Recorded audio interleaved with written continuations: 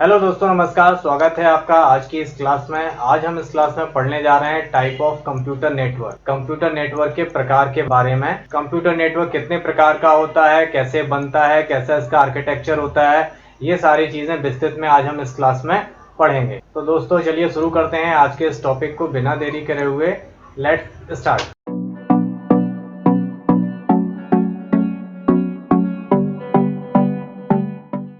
दोस्तों जैसा हमने पिछली क्लास में पढ़ा था कंप्यूटर नेटवर्क के प्रकार के बारे में, ये कितने प्रकार के होते हैं, तो यहाँ पे कंप्यूटर नेटवर्क 6 प्रकार के हैं। PAN, personal area network, HAN, home area network, CAN, campus area network, LAN, local area network, MAN, metropolitan area network और वैन, वाइड एरिया नेटवर्क। अब ये नेटवर्क कैसे कैसे दिखते हैं, कैसे बनते हैं, कैसे इनका स्ट्रक्चर होता है, आइए एक एक से इनके बारे में जानकारी लेते हैं। दोस्तों सबसे पहले आता है पैन यानी personal area network.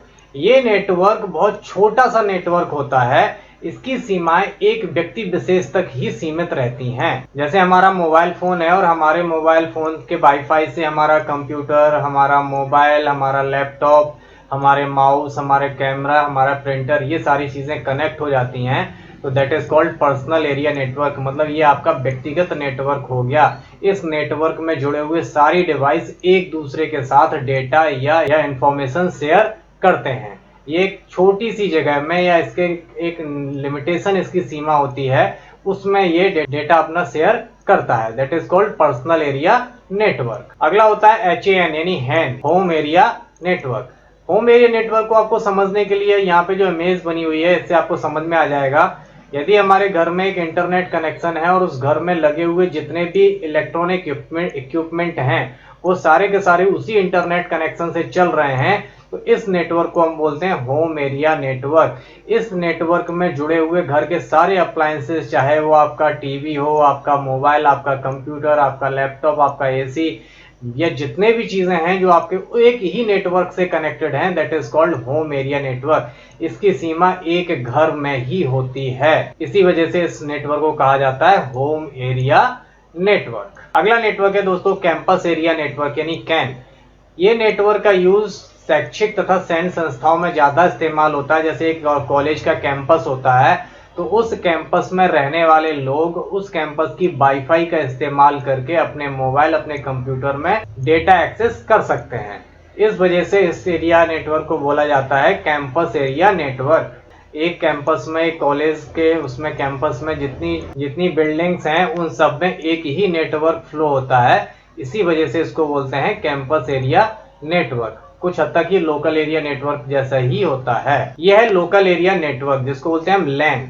Local area network का मतलब होता है ये आपको हर जगह मिलेगा। जैसे छोटे ऑफिस हो गए या कॉलेज, स्कूल हो गया या कोई बिजनेस की संस्था है, इन सारी जगहों पे 2 या 2 से अधिक या 5 या 10 कंप्यूटर मिला के जो नेटवर्क बनाया जाता है वो लोकल एरिया नेटवर्क की कैटेगरी में आती है। इसको बनाने के लिए हमें ज़्यादा इक्विपमेंट, ज़्यादा डिवाइसेस नहीं चाहिए होती हैं।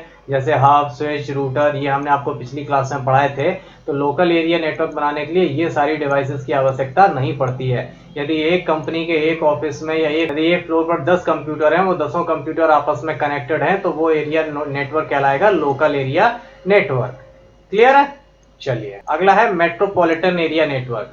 लोकल एरिया नेटवर्क जैसे एक बिल्डिंग में है और दूसरी बिल्डिंग में शहर की दूसरा एक लोकल एरिया नेटवर्क है, ऐसे ही शहर के तीसरे कोने पे एक तीसरा लोकल एरिया नेटवर्क है। जब यही सारे लोकल एरिया नेटवर्क आपस में कनेक्ट हो जाते हैं वो बन जाते हैं मेट्रोपॉलिटन एरिया नेटवर्क यानी मैन। यानी ये छोटे छोटे बड़े नेटवर्क को आपस में कनेक्ट कर देता है। इसमें school, college, campus, LAN network, सरकारी संस्थान आपस में जुड़े रहते हैं, तो वो बन जाता है मेट्रोपॉलिटन एरिया नेटवर्क यानी मैन। अब अगला आता है वाइड एरिया नेटवर्क यानी वैन। ये सबसे बड़ा नेटवर्क होता है। जितने हमने अभी तक आपको नेटवर्क के प्रकार बताए उन सबसे बड़ा नेटवर्क होता है वैन। वैन का मतलब क्या है? Wide area. वाइड मतलब बहुत दूर दूर तक फैला हुआ नेटवर्क।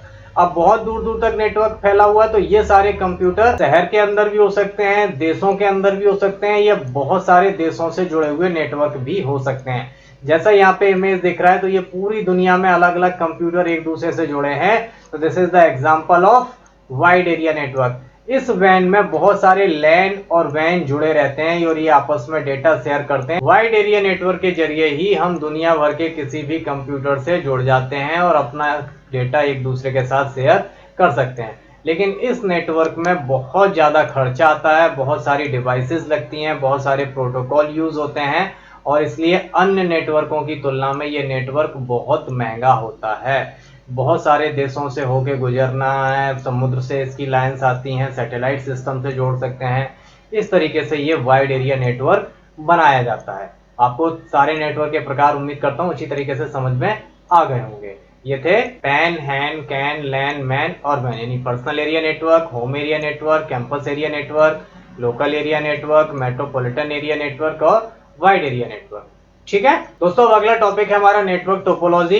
नेटवर्क टोपोलॉजी को हम आपको अगली क्लास में बताएंगे। नेटवर्क टोपोलॉजी क्या होती है और इसका क्या यूज होता है, इसको क्या कहते हैं, कैसे इसका उपयोग करेंगे, ये सारी चीजें हम आपको अगली क्लास में बताने जा रहे हैं।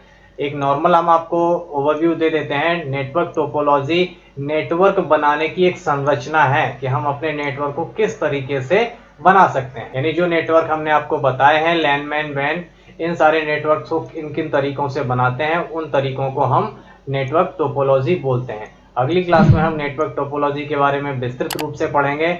मिलते हैं अगली क्लास में, तब तक अपना ख्याल रखिए। Take care, goodbye, thank you.